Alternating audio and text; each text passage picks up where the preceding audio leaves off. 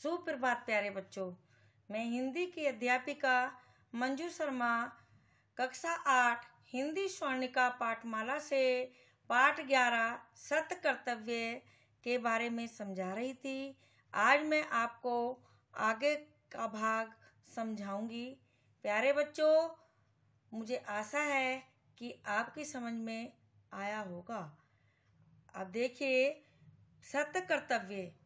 सत्य कर्तव्य का अर्थ होता है अच्छे कर्म करना, यानी कि अच्छे कार्य करना।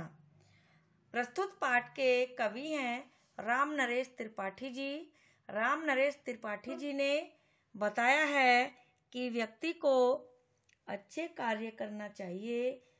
इस संसार में जितने भी सचर और अचर हैं, वो सभी अपने कार्य में संलग्न रहते हैं, यानी कि प्रत्येक व्यक्ति या जो निर्जीव वस्तु हैं वो भी अपना कार्य निरंतर करते रहते हैं, और कोई भी हो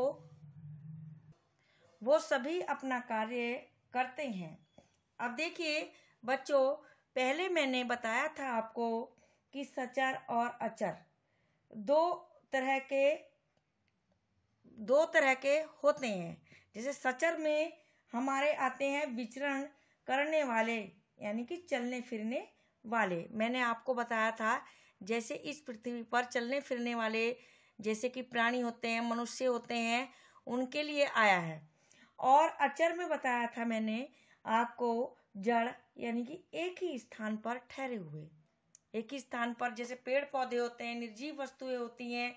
ये सब मैंने आपको पहले भाग में भी बता दिया था। तो आज हम प्यारे बच्चों आगे के भाग का अध्ययन करेंगे। तो आइए अब हम अगले भाग का अध्ययन करते हैं। अब देखिए, केवल अपने लिए सोचते मौज भरे गाते हो, पीते खाते सोते जगते हंसते सुख पाते हो, जग से दूर स्वार्थ साधन ही सतत तुम्हारा यश है। सोचो तुम्हें कौन अग जग में तुम सा स्वार्थ विवश है। तो इसमें अब देखिए, केवल अपने लिए कवि कह रहा है, कवि कहते हैं कि केवल अपने लिए सोचते हो। व्यक्ति यानी कि मनुष्य जो है, सिर्फ अपने, कुछ व्यक्ति ऐसे होते हैं जो अपने बारे में ही सोचते हैं। मौज भरे गाते हो, और मौज मस्ती से गाते हो। केवल अपने लिए ही सोचते हो और मौज मस्ती में गाते रहते हो। पीते खाते सोते जगते, यानी कि पीते भी हो और खाते भी हो और सोते भी हो, जागते भी हो और हंसते भी हो और सुख पाते हो। यानी कि पीते खाते सोते जगते हंसते सुख पाते हो। यानी कि कवि कहना चाह रहे हैं कि ये सब कार्य करते हुए तुम आनंद की प्राप्ति करते हो, सिर्फ अपने बारे में सोचते हुए, अपने लिए सोचते हुए, ये सब कार्य करते हुए तुम सुख पाते हो, यानी कि आनंद की प्राप्ति करते हो। जग से दूर स्वार्थ साधन ही, यानी कि इन संसार में, यानी कि स्वार्थ साधन ही सतत तुम्हारा यश है। यानी कि संसार में स्वार्थ और साधन ही सतत, यानी कि निरंतर तुम्हारा यश है। जो इस संसार में स्वार्थ साधन, यानी कि इस संसार में व्यक्ति कैसे हैं, स्वार्थ के लिए ही जीते हैं, स्वार्थ के लिए ही कार्य करते हैं, तो यही तुम्हारा यश है। इसी के लिए तुम यश कमाते हो। यानी कि स्वार्थी होकर के ही तुम निरंतर कार्य करते रहते हो, और उससे ही इसी से तुम अपना यश कमाते हो, कीर्ति। सोचो तुम्ही कौन अग जग में तुम सा स्वार्थ विवश है। यानी कि सोचो तुमसे, यानी कि तुम ही कौन अग जग में, अग जग का मतलब होता है, यानी कि जो कि इस संसार में तुमसा स्वार्थ है, यानी कि तुमसे तुम्हारे लिए, यानी कि एक स्वार्थी जो होते हैं, विवश होते हैं स्वार्थ के लिए, वही तुम सब कार्य करते हो, यानी कि विवशता के कारण। ठीक है, विवशता के कारण ही तुम ये सब कार्य करते हो।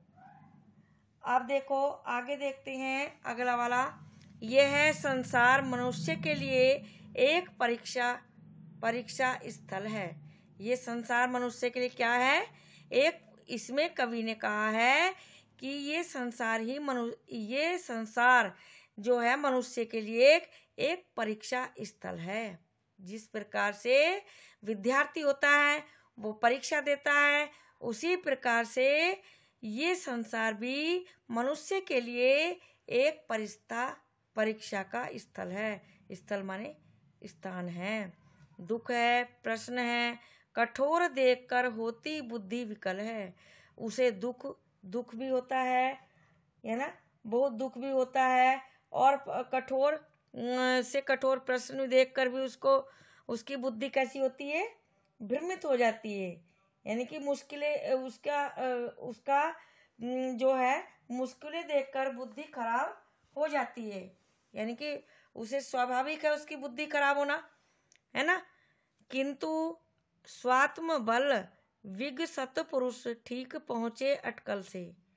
यानी कि स्वात्म बल जो अच्छे व्यक्ति जो होते हैं, स्वात्म बल यानी कि जो अच्छे व्यक्ति होते हैं, विग यानी कि जो ज्ञानी पुरुष होते हैं, सत्पुरुष होते हैं, वे मुश्किलों से यानी कि परेशानियों से कभी नहीं घबराते हैं। हल कठोर करते प्रश्न सहज में अविरल मेघा बल से। यानी कि वो क्या करते हैं? अपनी बुद्धि के बल से, यानी कि जो विद्वान पुरुष होते हैं, ज्ञानी पुरुष होते हैं, वो अपनी बुद्धि के बल से यानी कि उन प्रश्नों को हल करते हैं और उन परेशानियों को अविरल मेघा बल से, यानी कि अपने सहज ही उन परेशानियों को नष्ट कर देते हैं और आगे की ओर बढ़ते हैं। आगे देखिए बच्चों, पैदा कर जिस देश जाति में तुमको पाला पोसा।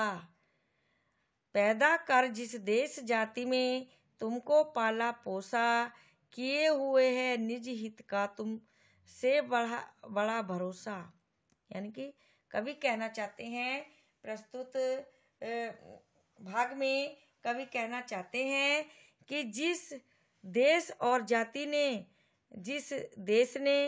जाति ने तुमको पाला पोसा है, यानी कि पाल पोस कर बहुत ज्यादा बड़ा किया है, और किए दूर है निज हित तुमसे बड़ा भरोसा।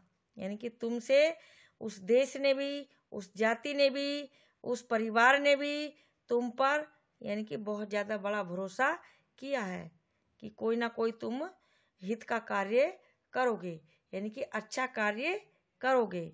यही सबको आशा है, यानी कि यही भरोसा है। उसने होना उऋण प्रथम है सत्य कर्तव्य हमारा। जो उऋण यानी ऋण से मुक्त, यानी कि उसमें होना उऋण प्रथम है। उऋण का मतलब होता है जो ऋण से मुक्त होता है, यानी कि भरोसा किया है और उस उऋण यानी कि जो ऋण चढ़ा हुआ है, ऋणी हो अपने देश और जाति के, उससे तुम्हें मुक्त होना है। पहला कर्तव्य, प्रथम कर्तव्य है तुम्हारा, है ना। सत्य कर्तव्य हमारा, यानी कि हमें अच्छे कार्य करके उस ऋण से मुक्त होना है। पहला कर्तव्य तुम्हारा ये है। अब देखिए बच्चों, आगे आता है, फिर दे सकते हो वसीदा को शेष स्वजीवन सारा। और फिर बाकी का बचा हुआ अपना जीवन इस पृथ्वी को दे सकते हो। जो बाकी का पहला कर्तव्य तुम्हारा ऋण से मुक्त होना है और अच्छा कार्य करना है, और दूसरा तुम्हारा क्या करना है, इस पृथ्वी को जो शेष बचा हुआ जीवन है उसको तुम्हें देना है। अब देखिए बच्चों, जो कवि हैं उन्होंने कितना अच्छा वृत्तांत ये बताया है प्रस्तुत कविता में। आप सभी प्यारे बच्चे इसको एक बार जरूर पढ़ेंगे, अर्थात सुनेंगे और इसको याद भी करेंगे। आगे का कार्य मैं अगले भाग में कराऊंगी। आज के लिए इतना ही। आपका पाठ ये समाप्त हो गया है। आप एक बार पुनः अभ्यास करेंगे। धन्यवाद।